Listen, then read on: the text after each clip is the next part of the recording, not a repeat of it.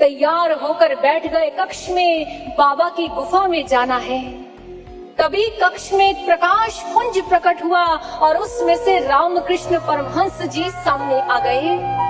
आज कुछ बोले नहीं, कक्ष के एक किनारे से अपने नरेंद्र को देखते रहे। उस रात्रि नरेंद्र यानी विवेकानंद उस गुफा में नहीं जा पाए।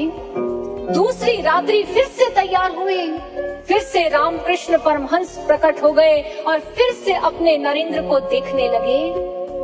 21 दिनों तक नरेंद्र हर रात्रि तैयार होते और हर रात्रि गुरु उन्हें समझाने के लिए वहां प्रकट हो जाते।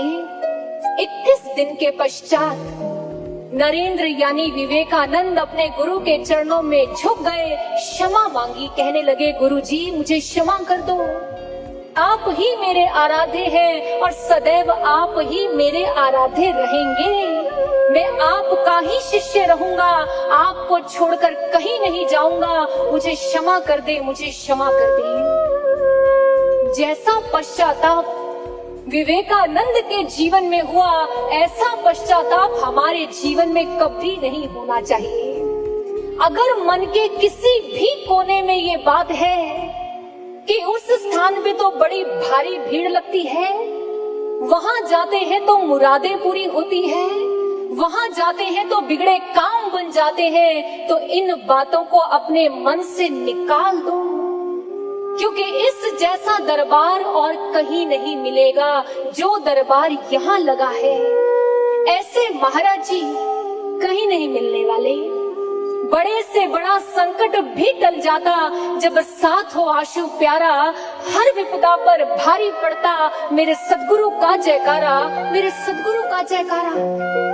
गुरु का एक जयकारा लगा लेने मात्र से सारे संकट टल जाते हैं। बताओ ऐसे महाराज जी कहीं मिलेंगे? ऐसा पूर्ण दरबार कहीं मिलेगा? ऐसा सनातन मार्ग कहीं मिलेगा? बढ़ना है उसी राह पे गुरुवर आपने जो दिखाई है, जो मार्ग महाराज जी ने दिखाया है, उस मार्ग पर चलते रहना ही हमारा दायित्व है, हमारा कर्तव्य है। देख लेना, एक दिन दिव्य ज्योति के छत्र तले संपूर्ण विश्व इकट्ठा हुआ होगा और तब आप सब गुरु के सृजन सेनानी उन सब का दिव्य ज्योति जागृति संस्थान में वेलकम करेंगे। आप उन्हें भीतर लाएंगे, सत्संग सुनाएंगे और उन्हें ब्रह्म ज्ञान से जोड़ देंगे। एक दिन सारा विश्व यहाँ आएगा तो फिर हम